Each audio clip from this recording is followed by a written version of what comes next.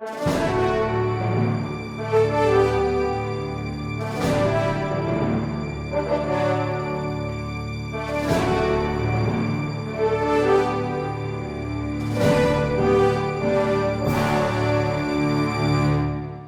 queridos irmãos e irmãs, bem-vindos mais uma vez à nossa Resposta Católica. Eu quero responder às dúvidas de vários dos nossos internautas a respeito da questão matrimonial e da segunda união, né? Então, 3 respostas bem breves a respeito de 3 perguntas específicas. A primeira pergunta é do Ednilson, que diz assim: olha, eu me casei, quis me casar, estava feliz no meu casamento, mas depois de 2 anos de casamento, a minha mulher me abandonou. Não foi culpa minha. Ela saiu, depois de 1 ano se uniu a outra pessoa, e a pergunta trágica, e eu me compadeço do Ednilson, é essa: eu estou condenado a viver o resto da vida sozinho? Bom, aqui vamos primeiro entender uma coisa. Para se chegar a essa conclusão, de que você deve viver o resto da vida sozinho, se você não quiser viver em estado de pecado, nós precisamos antes investigar muito concretamente se você de fato está casado. E quem é que vai investigar isso? É um tribunal eclesiástico. Então, para você e para as outras pessoas também, que eu irei responder, é importante, em primeiro lugar, você considerar verdadeiramente a possibilidade de submeter o seu casamento à investigação de um tribunal eclesiástico. O que é que o tribunal eclesiástico faz? Ele vai descobrir um fato. As pessoas têm que entender o seguinte: o tribunal eclesiástico, ele não vai anular o seu casamento, ele só quer descobrir uma coisa. Não é como se um tribunal civil que quer descobrir um assassinato, né? Sei lá, quem matou Odete Reutemann, né? Muito bem, quem foi que matou essa mulher? É um fato. Quem matou foi aquele que puxou o gatilho. É uma pessoa real e concreta, e a sentença do juiz não vai criar a realidade. A sentença do juiz só vai dizer: encontramos provas suficientes para crer que quem matou foi fulano, e por isso condenamos à cadeia. Mas se por acaso depois se descobre que aquilo foi um engano, bom, voltemos atrás e coloquemos na cadeia a pessoa certa e inocentemos aquele que erroneamente foi considerado culpado. É um fato. Então a mesma coisa eu digo com relação ao seu casamento. O seu casamento ou ele valeu ou ele não valeu. Ou seja, em palavras pobres, ou você ainda é solteiro ou você se casou de verdade. Vá ao tribunal, apresente o caso. O tribunal irá investigar para ver se você ainda é solteiro.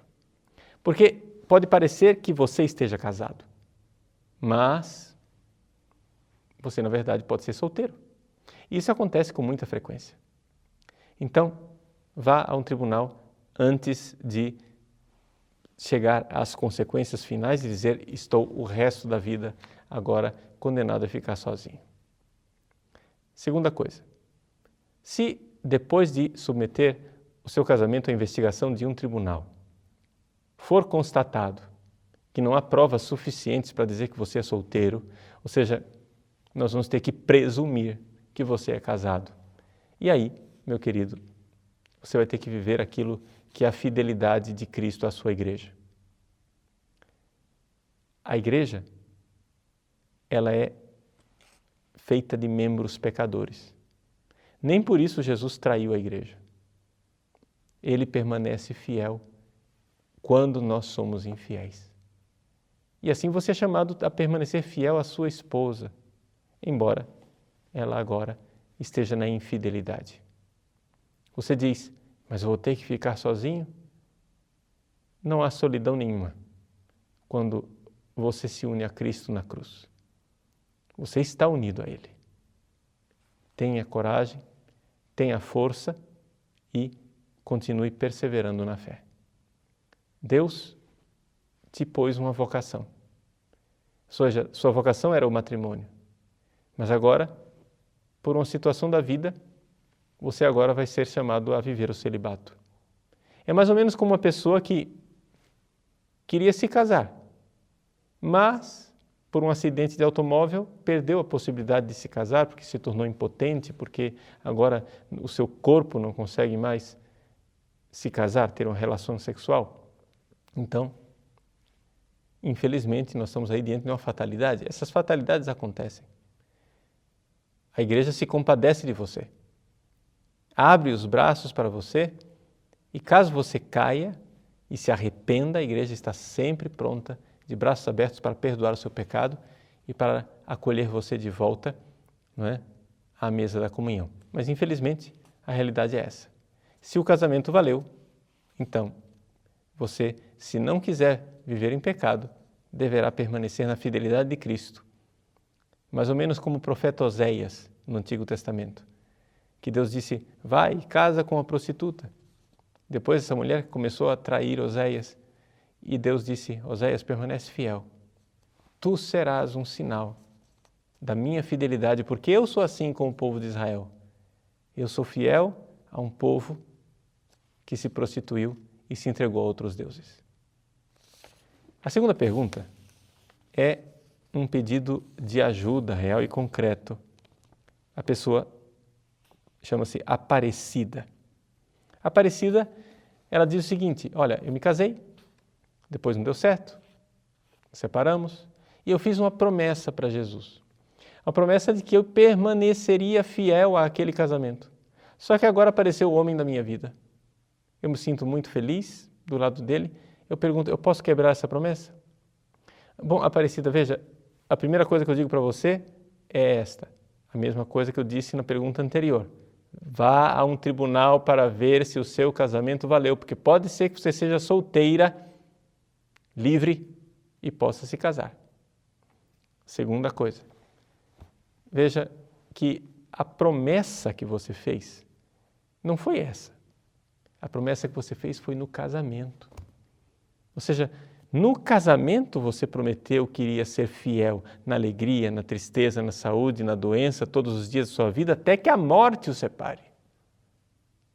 Então não foi que você ia permanecer fiel sem um outro homem, porque você, depois que o seu marido saiu de casa, você fez essa promessa. Não, essa promessa já estava lá, no dia em que você se casou. Portanto, você não pode ser dispensada dessa promessa. Essa promessa é um casamento real e concreto. Então, o único caminho para você é saber investigar no tribunal para ver se você não está, na verdade, solteira, livre, desimpedida, achando que está casada. O tribunal certamente irá ajudar você muito. E, finalmente, uma pergunta do José, que quer saber se a filha pode namorar um homem que já foi casado. Veja, a pergunta aqui, ela responde a si mesma. Você é casado, não é, José? Me diga uma coisa. A sua mulher pode namorar um outro homem solteiro? Acho que não. Não é? Ou seja, quem é casado é casado. Agora, se este homem entrar com processo no tribunal, e eu insisto pela terceira vez, tribunal eclesiástico, vá ao tribunal, veja se o casamento valeu, porque quem sabe ele é solteiro sem saber. E aí, uma vez que você recebe a resposta do tribunal, somente aí, sua filha pode namorá-lo. Antes disso, não. Antes da resposta do tribunal, o namoro é um pecado. Não, padre, mas eles não têm relações sexuais. Mas não precisa relação sexual para que haja pecado. E se a sua mulher não tivesse relações sexuais, mas estivesse namorando, o senhor acharia que era pecado, sim ou não? Está entendendo? Quem é casado, quem não é casado. Ah, mas ele acha que o casamento dele não valeu. Pode achar o que quiser. O casamento deve ser presumido como válido até que se prove no tribunal. Existe uma chamada presunção do direito. Uma vez que foi celebrado um casamento, nós devemos presumir que esse casamento valeu, até que se prove o contrário. Porque pode ser que ele tenha sido inválido.